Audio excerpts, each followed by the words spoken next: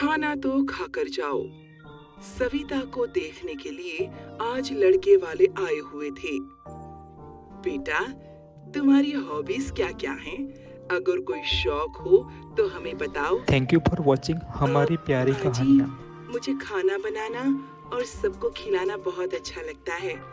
मेरा बस एक ही शौक है, सबको अपने हाथों से पकाकर खाना खिलाना। अरे वाह बेटा, ये तो बहुत अच्छी बात है। अब बहू को खाना पकाकर खिलाने का शौक हो, इससे अच्छी बात और क्या हो सकती है भला।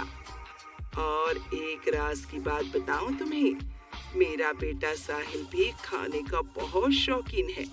इसे कहते हैं राम मिलाए जोड़ी।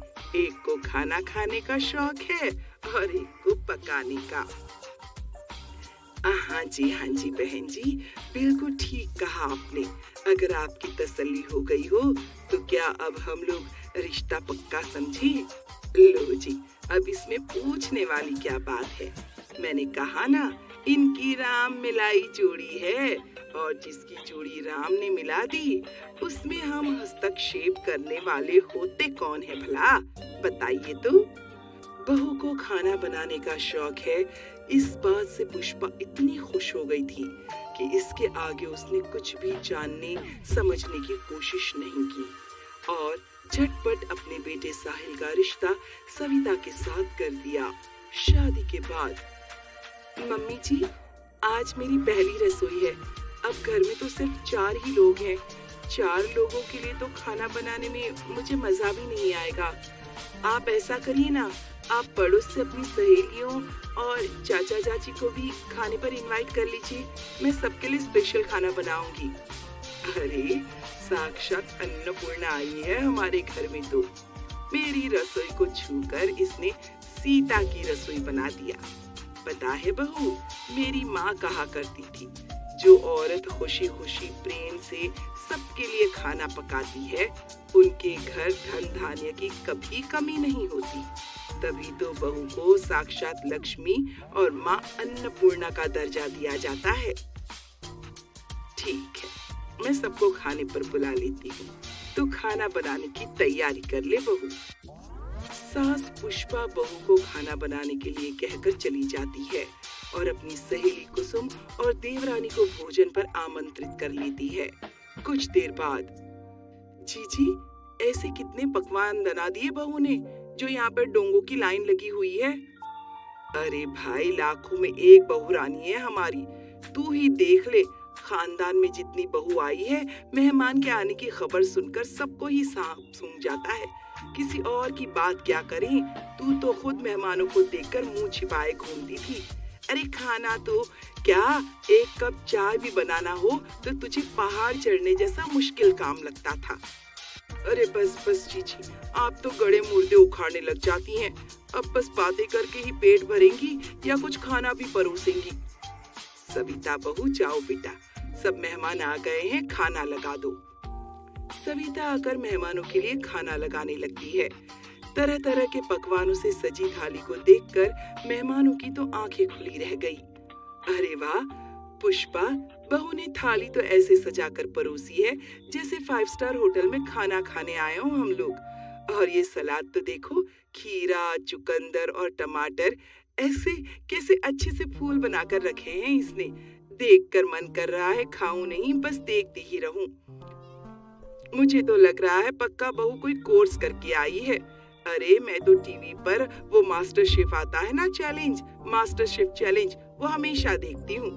वो लोग भी अपनी डिश को बिल्कुल ऐसे ही सजा कर लाते हैं जैसे बहू लाई है।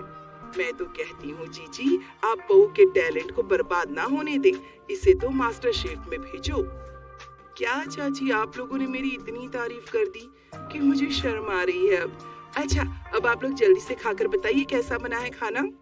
खाना खाने के बाद, अरे बेटा, ये दही वड़े दिखने में तो खूबसूरत लग रहे थे, लेकिन इनका स्वाद कुछ अजीब सा क्यों लग रहा है?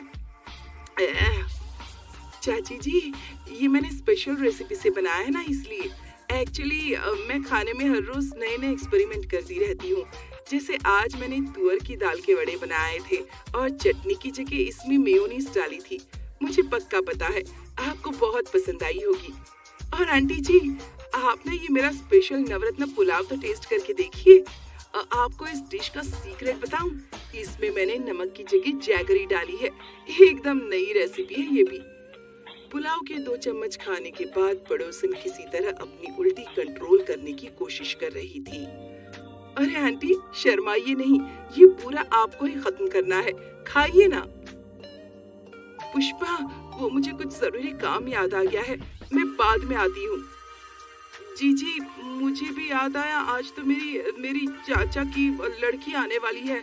मैं चलती हूँ, फिर मिलेंगे। अरे लेकिन खाना तो खाकर जाइए, मैंने अभी और डिश बनाई है, उन्हें कौन खाएगा? अरे जाने दो तू इनको, तू ऐसा कर बहू, मेरा खाना लगा दे, मुझे भी बड़े जोरों की भूख लगी है। ठीक है माँ जी, आप लोग बैठिए, मैं लगाती हूँ। सविता अपनी सास पुष्पा के लिए थाली में खाना परोसती है। पुष्पा खुशी खुशी खाने का कौर मुंह में डालती है तो उसका सर भन्ना उठता है। अगर मैं बहू को कहूंगी कि खाना अच्छा नहीं बना तो बेचारी मायूस हो जाएगी, और मैंने खुद उसकी इतनी तारीफ कर दी है। अब अगर कुछ कहूंगी तो अपनी बात को झुठलाना होगा, मतलब इज्जत का खुद गला घोटना। चुपचाप खा लेती हूँ, और कोई चारा भी तो नहीं है, वैसे भी नई शादी है, हो जाता है। मैंने तो खुद पहली रसोई में दाल में नमक की जगह चीनी डाल दी थी, और मेरी सास ने मुस्कुराते हुए दाल खा ली थी। जरूर पहली रसोई की घबराहट में बहू से गलती हुई है, कोई बात नहीं, जल्दी ही सीख जाएगी ये भी। अगले सप्ताह। मम्मी जी, मैंने आपकी सत्संग मंडली को आज खाने पर बुलाया है, मैं उन सबके लिए आज स्पेशल लंच बनाने वाली हूँ। अरे किसने कहा था सबको बुलाने के लिए? पहले ढंग से कुछ बनाना तो सीख ले।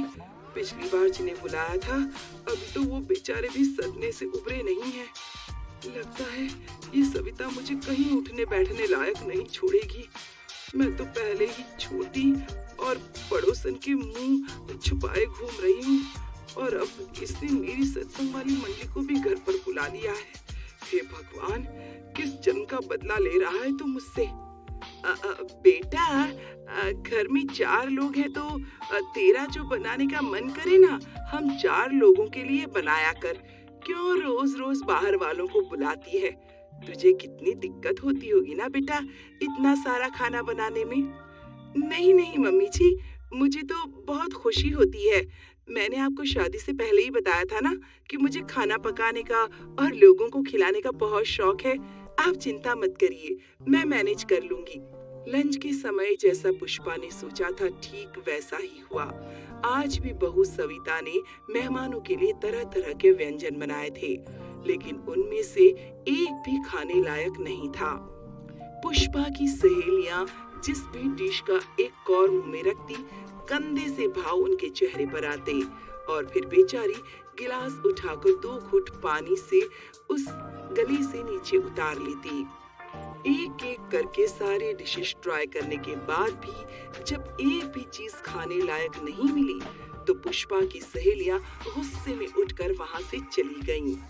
अगले दिन सत्संग में, अरे देखो देखो आ गई पुष्पा। अरे भाई, ये कौन से ग्रह का खाना खिलाने के लिए अपने घर बुलाया था तूने हमें? अरे देखा नहीं तुमने, थाली में सजा सजा के तो ऐसे परोसा था इसकी बहू ने जैसे सीधा 5 स्टार होटल से ही ऑर्डर करके मंगवाया हो। लेकिन जैसे ही एक टुकड़ा मुंह में रखा, सारे मुंह का स्वाद उतर गया। इतना बदस्वाद खाना कोई बना भी कैसे सकता है? बहू को छोड़ो, मुझे तो लगता है कि पुष्पा की चाल थी घर बुलाकर हम सबको ऐसे अपमानित करने की। अरे भाई, और कुछ ना सही एक दाल ही बना देती तो हम तो दाल से ही रोटी खाकर चला लेते। तुम लोग गलत समझ रही हो, ऐसी कोई बात नहीं है। मेरी बहू को खाना खिलाने का शौक है। मुझे तो पता भी नहीं था कि उसने तुम सबको घर पर खाने के लिए बुलाया है। अरे तू ज्यादा भोली बनने का नाटक मत कर। और मैं तो बता रही हूँ, कल जो इतनी बेइज्जती की ना अपने घर पर बुलाकर, उसके बाद अगर ये सत्संग में आएगी तो मैं तो सत्संग में आने वाली नहीं हूँ। देख पुष्पा, सब लोग तुझसे बहुत नाराज है। फिलहाल जब तक सबकी नाराजगी दूर नहीं हो जाती तो सत्संग मंडली में न आया करे तो अच्छा होगा। सहेलियों की बात सुनकर बेचारी पुष्पा अपना मुंह लेकर घर लौट आती है। अभी इसी बात को बीते चंद ही दिन हुए थे कि सविता का जन्मदिन आ जाता है। जन्मदिन की बहुत बहुत शुभकामनाएं Savita. Thank you so much sir. आप लोग आइए ना, आज शाम को डिनर हमारे साथ ही करिए, मुझे बहुत अच्छा लगेगा। Are you sure? मेरा मतलब कि आज आपका पहला जन्मदिन है साहिल के साथ, आप लोग स्पेशल तरीके से मनाना चाहेंगे? मैं फिर किसी दिन डिनर के लिए आ जाता हूँ। अरे नहीं नहीं सर, ऐसी कोई बात नहीं है, आप आइए ना, मुझे बहुत खुशी होगी। सविता के बार बार कहने पर शाम के समय बॉस अपनी पत्नी को लेकर साहिल और सविता के यहाँ डिनर के लिए पहुँच जाते हैं। क्योंकि आज सविता का जन्मदिन भी था, इसलिए साहिल के बॉस ने एक महंगा तोहफा भी खरीद लिया था। कुछ देर तक बातें करने के बाद Savita special dinner dining table पर सर्व कर देती है। वाओ साहिल, इम्प्रेसिव, लकी हो तुम।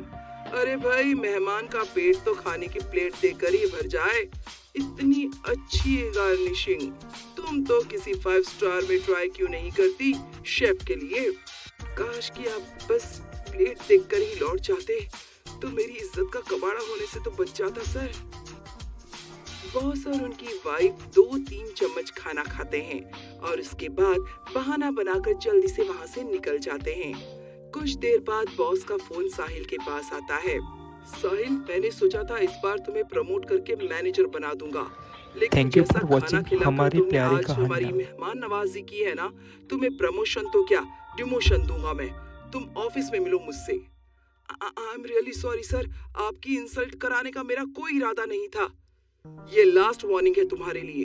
अगर आज के बाद तुमने अपनी वाइफ के हाथ की बनी चाय भी मुझे पिलाई तो तुम्हारा डिमोशन नहीं, सीधा टर्मिनेशन होगा, समझ लेना।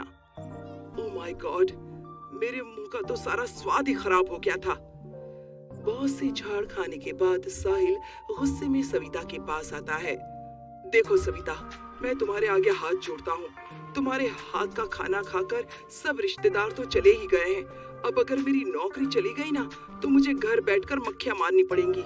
इसलिए आज के बाद अगर तुम्हें एक्सपेरिमेंट करना ही है ना, तो हम 3 मजबूर लोगों पर करना, बाहर वालों को इसमें इन्वॉल्व मत करना। पति की बातों का भला सविता पर क्या असर पड़ने वाला था? वो तो अभी भी अपनी ही धुन में थी।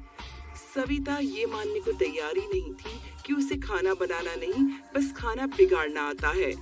खैर, काफी डिस्कशन करने के बाद पुष्पा और साहिल इस नतीजे पर पहुंचते हैं कि किसी तरह सविता को किसी और काम में बिजी कर दिया जाए, ताकि उसके दिमाग में ये खाना बनाने और लोगों को मिलाकर खिलाने का ख्याल ही ना आए। तेरे रामपुर वाले मामा ने हमारे कानपुर में एक फैक्ट्री डाली है, मैं उनसे बात करती हूँ। अगर बहू के लिए कोई नौकरी हो तो हमारी जान छूटे। प्रणाम भैया, कैसे हो आप? अब तो कानपुर शहर में आपने फैक्ट्री डाल ली है, अब आओ कभी बहना से मिलने। अब तो बहाने बनाने की कोई वजह भी नहीं बची आपके पास। हाँ हाँ बहना, जरूर आऊंगा। और बताओ, सब कैसा चल रहा है? भैया, एक जरूरी काम था आपसे। मेरी बहू सविता है ना, पोस्ट ग्रेजुएट है, उसके लायक कोई नौकरी हो तो बताना, मैं आपका ये एहसान जीवन भर नहीं भूलूंगी। अरे बहना, फैक्ट्री में बहू को नौकरी करने की क्या जरूरत है? अरे तुम उसके खाने की इतनी तारीफ करती हो, हमारे रेस्टोरेंट में भेजो उसे, 5 शेफ की जरूरत है। अरे भैया, क्या कह रहे हैं आप? अपना चलता हुआ